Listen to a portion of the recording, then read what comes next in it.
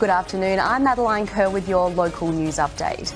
We can look forward to some of the current COVID restrictions easing as soon as this Friday under the ACT government's Pathway Forward plan that was announced yesterday. From October 1, minor changes to restrictions will now allow 2 people to visit another household at any one time for any reason. Non-essential retail businesses to operate click and collect or click and delivery services, though no more than 5 people can be in the business at any one time, or 1 person per 4 square metres. And the recommencement of preventative dental services are among other changes. More information can be found on the ACT government's health website. And a reminder that part of London Circuit in the city between Constitution and Edinburgh Avenue remains closed today. But in some good news, it will reopen from tomorrow. It's all because of the Woden Light Rail, Canberra's largest ever infrastructure project. There will be diversions in place via Vernon Circuit and Edinburgh and Constitution Avenue. In sport, congratulations to 3 of our Canberran netballers who were named in Netball Australia's Under-17 and Under-19 national squads over the weekend. Jessica Berry made the Under-19 squad her 3rd selection in a row, while Hayley Matthew and Samantha Bondietti in the Under-17 squad. After the setback of cancelled competitions this year, Capital Spirit and Netball ACT head coach Kate Carpenter says all 3 athletes have worked continually hard to advance their game this season. To the weather now, 20 degrees in Canberra, partly cloudy and a medium chance of showers. In Goulburn the same, 20 and partly cloudy with the medium chance of showers. I'll have another local news update in about an hour's time. See you then.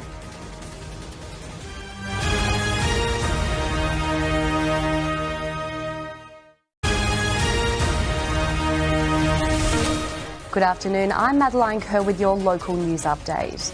As part of the ACT government's Pathway Forward plan, we know we're on track to come out of lockdown on October 15, subject to the public health risk remaining relatively stable. 80% of the territory's population aged 12 and over will be fully vaccinated during that month. There will also be further public health measures 2 weeks later from October 29. The Canberra Liberals have welcomed the roadmap out of lockdown, but opposition leader Elizabeth Lee says more needs to be known about the support for small businesses. And as part of that pathway forward, the ACT government also announced when all remaining school students will be returning to on-campus learning. From Monday, October 25, week 4 of term 4, preschool, kindergarten and years 1, 2, 6, 9 and 10 can return to the campus for learning. Early childhood education and care services will also be open on that date. And in the following week, all year 3, 4, 5, 7 and 8 students are back. As previously announced, year 12 students will return on Tuesday next week for the start of term, while year 11s will be back a few weeks later on October 18. In sport, Canberra United has continued to add to its squad ahead of the upcoming W-League season, announcing the signing of 2 more players this morning. The team secured experienced midfielder Margot Robin, who debuted in the French national team at just 15 years old. She's been in Australia since 2017, playing for Melbourne City last season. The club's also added some youth, with winger Holly Casper joining from the Sydney Uni Football Club for their NPL W1. Looking at the weather, a high of 20 degrees in Canberra today, partly cloudy and a medium chance of showers. In Cooma, top of 20, partly cloudy there as well. More news next hour.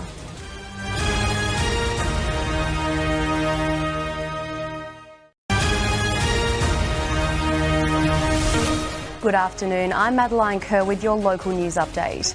The ACT recorded 13 new locally acquired COVID-19 cases overnight. Only 1 of those was in quarantine for their whole infectious period, and at least 7 were infectious in the community. Looking across the border in the southern New South Wales region, there are 5 new cases in Goulburn and 9 in Queanbeyan. ACT police are asking for the public's assistance to locate 13-year-old boy Dwayne Sutherland. Dwayne has not been seen or heard from since Monday, September 20, and he was reported missing on Friday afternoon. He was last seen at Curtin. He's described as being of Aboriginal and Torres Strait Islander appearance, with black hair, brown eyes and a medium build. He may be wearing a tie-dyed hoodie. Anyone who may have information is urged to contact police. The Bureau of Meteorology for the ACT has forecast up to 50 millimetres of heavy rainfall, bringing thunderstorms and possible flash flooding to the Canberra region from Wednesday to Friday this week. Emergency services are reminding us to do what we can to prepare our home for what's to come. This includes measures like moving your car under cover and away from trees, staying indoors and away from windows, and securing or putting away loose items from around your house. If you need help during the floods or storms, contact the ACT Emergency Services. In sport, the Tuggeranong Bushrangers are looking for a new reserve-grade coach for the 2022 season. All inquiries should go to the club president, Ray Jeffrey, if you're interested. Looking at the weather, a maximum temperature of 16 degrees in Canberra tomorrow, a very high chance of rain, possibly a thunderstorm. In Goulburn, a top of 17, cloudy and a very high chance of rain there as well. I'll have another local news update in about an hour's time. I'll see you then.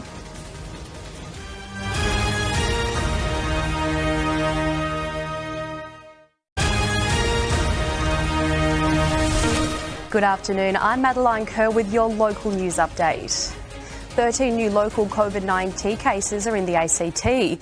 11 of those are linked and the other 2 are under investigation. There's now 8 people in hospital with the virus, with 3 of them in ICU, all requiring ventilation. Do you have something to say about the ACT's response to the current COVID-19 outbreak? Well, there's a Legislative Assembly committee looking for submissions from the public on that very topic. They can be sent in either through the email or post. The last date for submissions is 5 p.m. on November 19. Road resurfacing works are happening in Harrison today at the eastern side of the Nullarbor Avenue and Flemington Road intersection. Flemington Road to the north and south will remain open. And with students returning to the classroom, so are the dedicated school bus services. They're starting up again from week 4 of term 4 on October 25. More details and updated school timetables will be available online 1 week before that date. There will also be some minor timing changes to school services, so families will need to review the timetables when they are available. Taking a look at sport, Canberra Raiders veteran SCA Soliola has announced his retirement from professional rugby league after playing for 17 seasons. He played in 336 matches across the NRL and Super League, with 137 of those in the Raiders over the past 7 seasons, arriving in 2015. He says he's excited, a bit nervous and relieved to leave the game that he has given him so much. To tomorrow's weather, a top of 16 degrees in Canberra, a very high chance of rain, possibly a thunderstorm in Cooma, a maximum of 17. That's all from me for now. I'll see you a little later.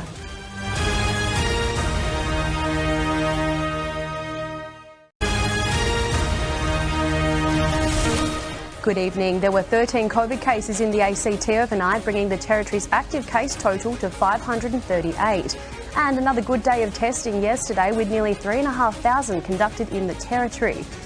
In sport, Canberra United has recruited Margot Rabin and Holly Casper for the upcoming W League. Tomorrow, 16 and a very high chance of rain in Canberra. Queanbeyan faring the same, 16 degrees. See you later. Good evening. The territory recorded 13 new COVID cases overnight. 6 of those are linked to household contacts. At least 7 were out and about in the community while infectious. In sport, Canberra Raiders star SCA Soliola has announced his retirement. The 35-year-old says he's at ease with his decision. Tomorrow, 16 and a very high chance of rain in Canberra tomorrow. Possible thunderstorms too, 16 degrees. Good evening. 13 new local COVID cases in the ACT overnight. And Chief Minister Andrew Barr says the standing travel arrangements with the New South Wales border communities will remain in place and continue beyond October 1st. In sport, cricket, ACT says it's planning for the upcoming season after the government released its COVID roadmap yesterday. Tomorrow, gumboots at the ready, 16 degrees and very high chance of rain.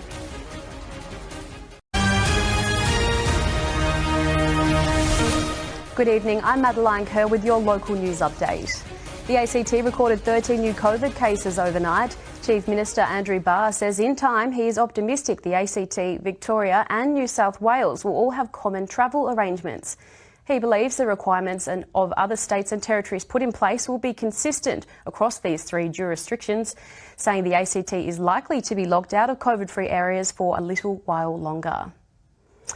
As part of their public health compliance operations, ACT road policing with the assistance of ADF personnel turned around more than 40 drivers on our roads last week. And during their patrols, officers also had to move people on from Green Square in Kingston. In the upcoming ACT budget, the government will invest an additional $15.2 million into the ACT ambulance services over the next 4 years. This will include new paramedic duty officers, an infection control officer and transformation and capability development team, among other changes. 5 new low-emission vehicles will also be introduced to the fleet to help achieve the government's emissions reduction targets. To tomorrow's weather, a max of 16 in Canberra, very high chance of rain, possibly a thunderstorm too. Stormy in Queanbeyan as well, 16 degrees. That's all from me tonight. Have a great evening.